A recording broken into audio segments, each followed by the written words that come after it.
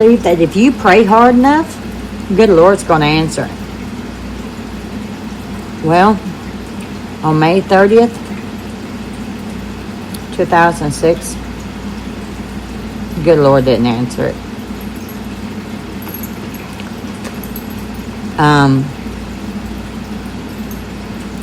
The good Lord took my mother home to heaven. Now, I did not understand why he did that.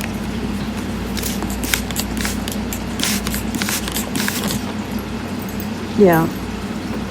I'm thinking the Lord's, I was angry. And for almost a whole year, I stayed away from everybody. Yeah, I didn't care. But the thing is my mom was my backbone. Yeah, I knew if I fell, my mom caught me. Anything I ever needed, my mom was there. And I knew this. And I knew as long as she was alive, she would always catch me.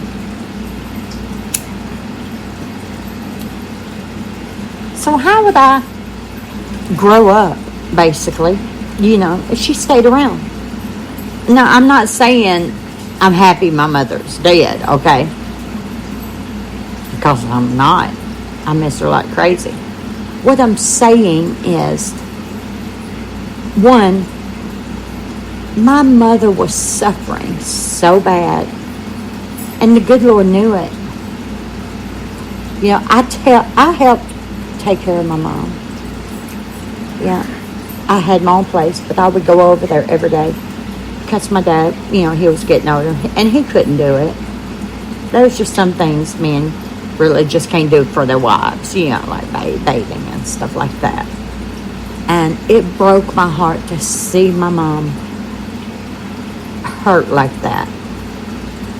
And so I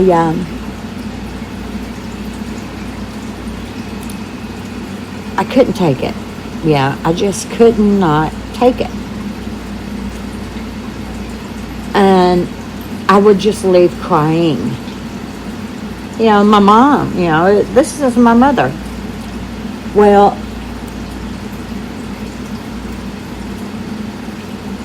but I still prayed.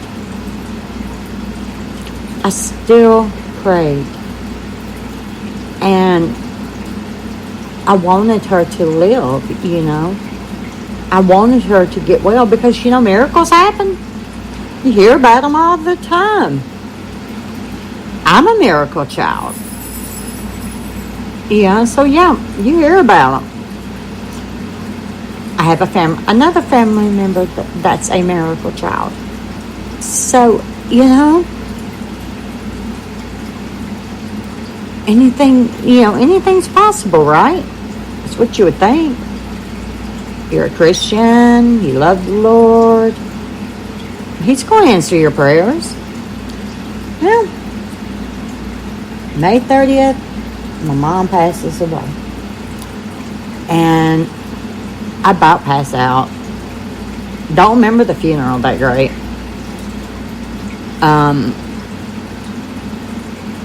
I just don't remember anything really. I wasn't drunk. Promise you, I don't drink. I wasn't on drugs because I don't do drugs. I was just stunned that my mother was laying in a casket. My mama. And there for a while after we buried her, I just went numb. And I just hated the world. And I was upset with God and the doctors and everybody else. And then I finally realized why. That the Lord took my mom. It's like it just came to me in a dream. My mom was suffering. And I didn't want her to suffer. And she's in heaven. And she doesn't have that cancer anymore. And she doesn't hurt anymore. And she's whole. And she's got this perfect body. And she's just there, And I realized I wouldn't grow up, because I depended on my mama for everything.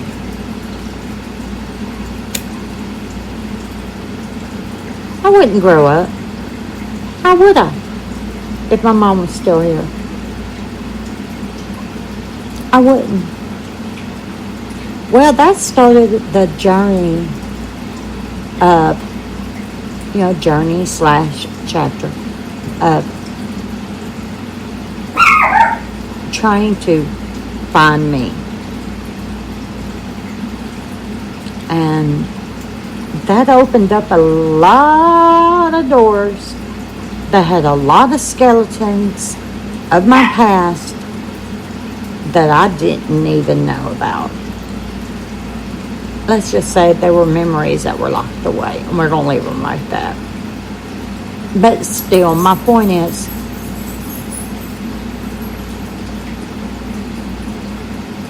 I don't blame God anymore. I do miss my mother. And I'm grateful that I was with her the day she passed away. Even though holding her hand and hearing that, machine that they hook you up to hear your heartbeat and everything, X out and the alarm go off, I still have nightmares of that. I'm blessed that I was there. And yes, the child in me would change that. But the adult of me wouldn't. I had, from the time my mother got help for her anger and her abuse until the time she passed away, I had the best years with her. And I want that for you all. Yeah. Visit with your family. Just go over and say hi. I don't care if it's just to say hi. And if they tell the same story over and over and over and over again, let them. Don't you know? You're going to wish they were still here to hear those stories over and over again. Because life's short, honey. Life is so short.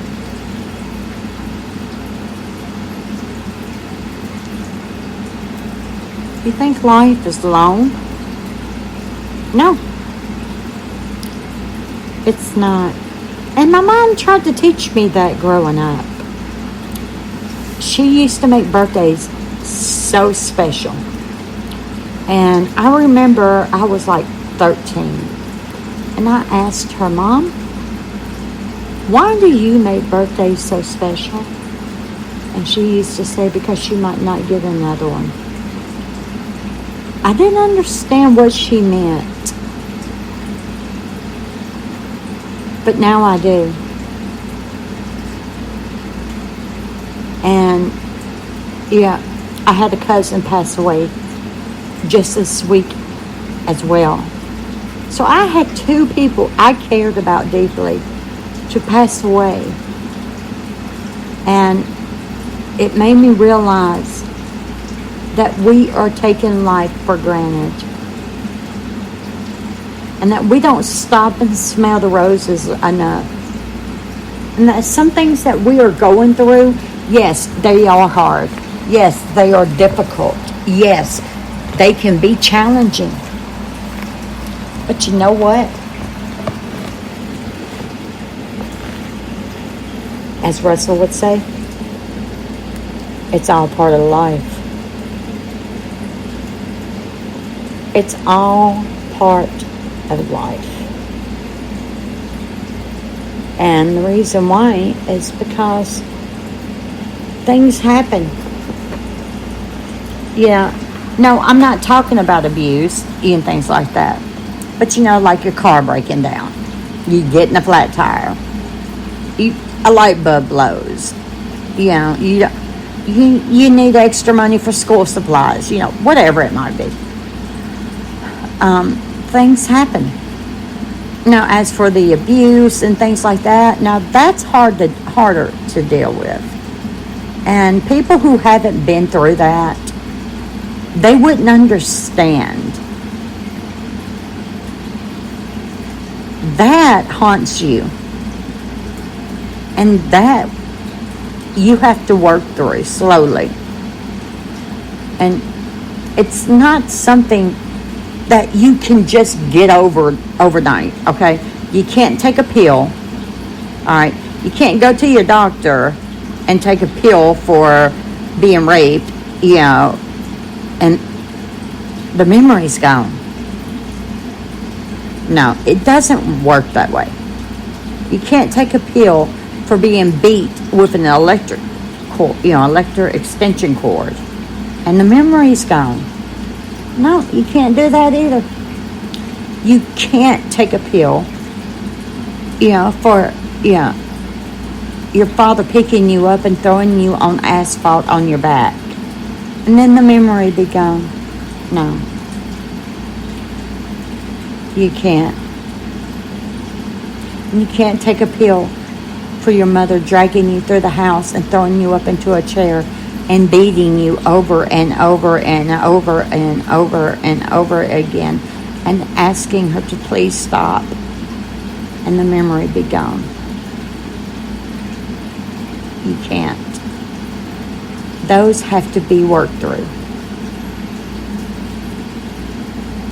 I mean, sure, you can forgive, which I have forgiven my mother. My father, on the other hand, let's just say I have forgiven him, but that's going to take a little bit more. But my point is, life is hard. I get that. We all go through things. And what some of y'all might be going through right now, I probably couldn't handle. Just like what I'm going through in my life, y'all probably couldn't handle. But still, we need to stop. We need to slow down. And we need to reunite with our families. We need to go see our grandparents, our aunts, our uncles, our cousins.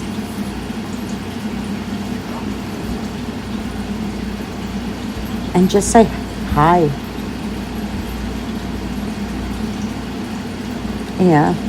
See what they're doing.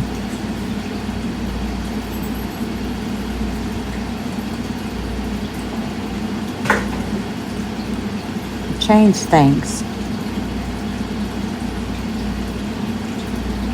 Look into their eyes and say, I'm sorry.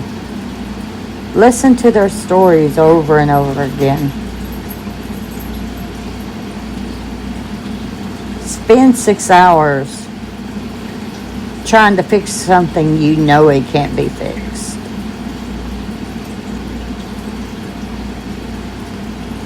Having your mother go, oh, you gotta have this, and knowing you really don't.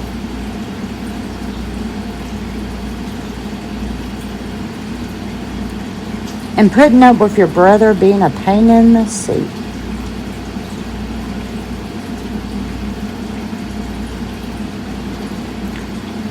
Because sooner or later, they're going to be gone. And you're going to wish that they were there. And you could hear those stories over and over again. And you hear your mother say you need this. And have your brothers to be a pain in the seat.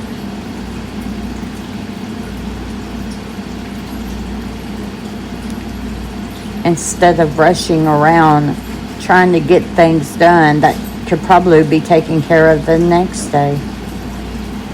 So what if you got an 8-hour job? Pretty much everybody else does too. You got the weekend, figure it out.